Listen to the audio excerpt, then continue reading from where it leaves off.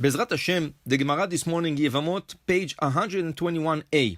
Tanya, Amar Rabban Gamliel, פעם אחת הייתי מלך בספינה. Says Rabban Gamliel, which was the chief rabbi of all Eretz Israel.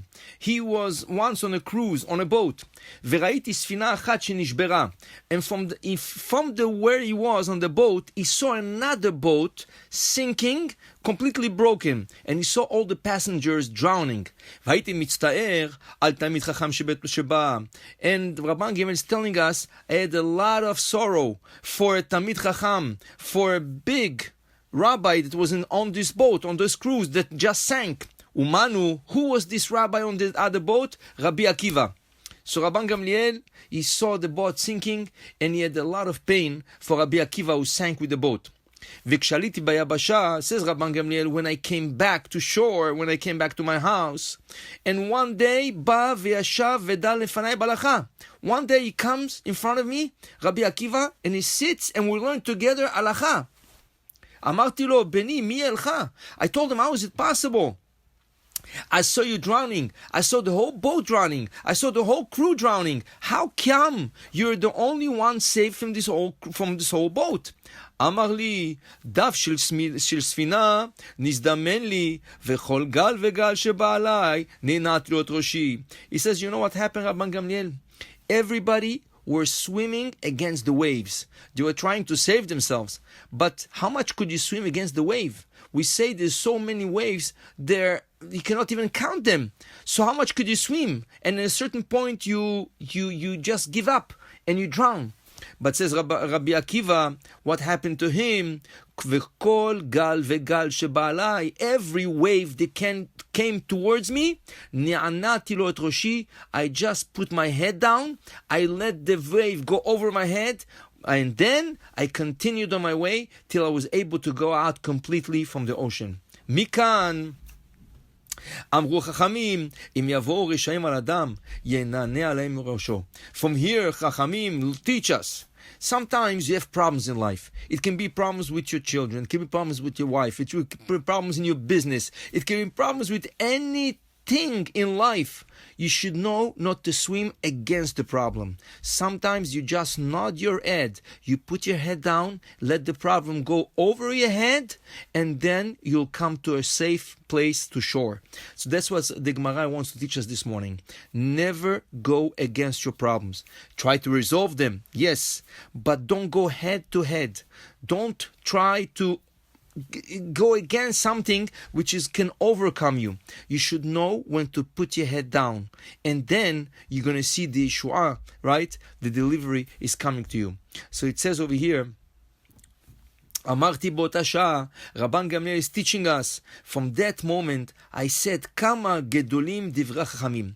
How much great are the words of our sages that said, מים שיש להם סוף מותרת, מים שאין להם סוף אסורה. There was an halacha taught. Somebody who drowned in a lake. If you don't find him, right?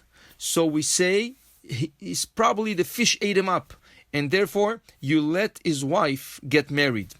But somebody drowned in the ocean, even if you see the boat sink, his wife can never get married till we find his body, till we are sure he's really dead.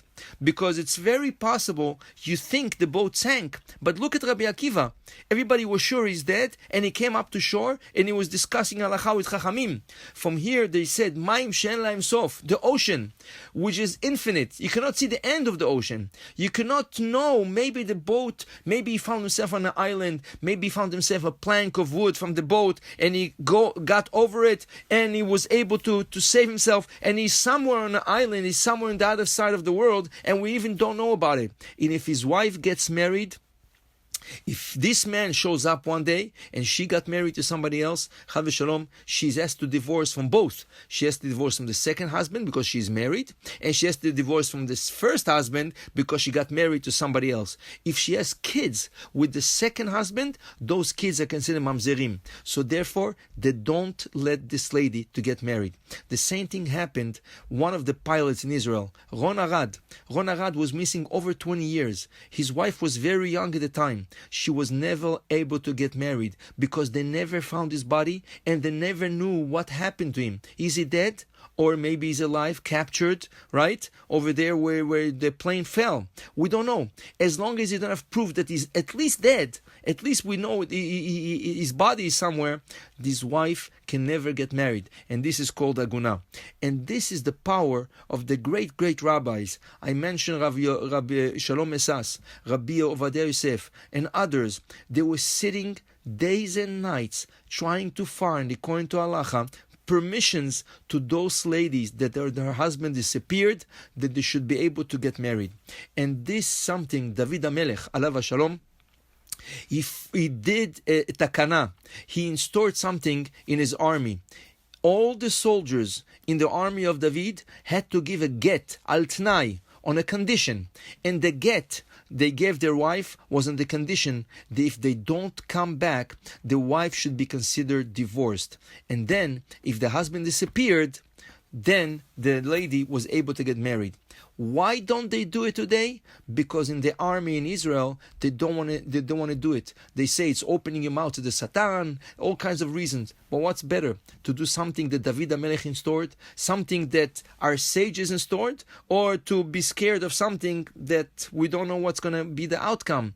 It would have been better if they would have listened to the Da'at Torah, to the voice of Chachamim, teaching them that it's better that a soldier that goes to war should give a get al tnai, on a condition. If he's back, his wife is always married to him. If he's not back, at least she's divorced and she'll be able to get married. To teach you kama gdolim divrei chachamim, how much great are the words of our sages. Baruch Adonai le'olam, amen ve'amen.